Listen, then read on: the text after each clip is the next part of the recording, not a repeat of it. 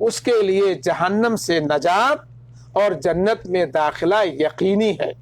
ارشاد باری تعالیٰ ہے ان اللہ لا یغفر ان یشرک بہ ویغفر ما دون ذلک لمن یشاء، یقیناً اللہ تعالیٰ اپنے ساتھ شرک کیے جانے کو نہیں بخشتا اور اس کے سوا جسے چاہے بخش دیتا ہے۔ سورہ نساء آیت نمبر 48۔ جو شخص کلمہ توحید کا پورا پابند تھا اور جس نے اپنے دل سے غیر اللہ کی محبت و تعظیم، ہیبت و جلال، خوف و خشیت، توکل و اعتماد، امید و رجا نکال باہر کی، اس کے گناہ جل اٹھیں گے، خواہ سمندر کے جھاگ کے برابر کیوں نہ ہوں، اور یہ بھی ہو سکتا ہے کہ نیکیوں میں بدل جائیں۔ شرک ایسا منحوس اور خطرناک عمل ہے جس کے ہوتے ہوئے انسان کی مغفرت نہیں ہو سکتی۔ معزز سامعین و ناظرین، شرک اس روئے زمین پر کیے جانے والے گناہوں میں سب سے بڑا گناہ ہے۔ شرک کرنے والے انسان پر جنت حرام ہے اور اس کا ٹھکانہ جہنم ہے۔ اللہ رب العالمین نے ارشاد فرمایا وَمَن يُشْرِكْ بِاللَّهِ فَقَدْ حَرَّمَ اللَّهُ عَلَيْهِ الْجَنَّةَ وَمَأْوَاهُ النَّارُ وَمَا لِلظَّالِمِينَ مِنْ أَنصَارٍ، کہ جو کوئی اللہ کے ساتھ شرک کرے گا اس پر جنت حرام ہو جائے گی اور اس کا ٹھکانہ جہنم ہے، اور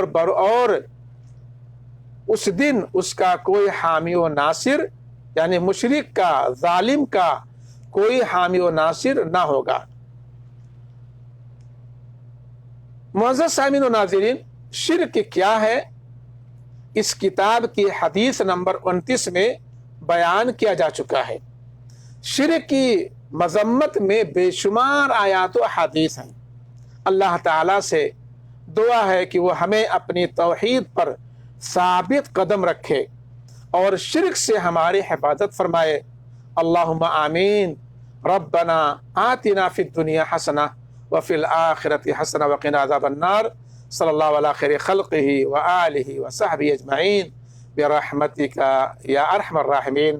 والسلام علیکم ورحمۃ اللہ وبرکاتہ۔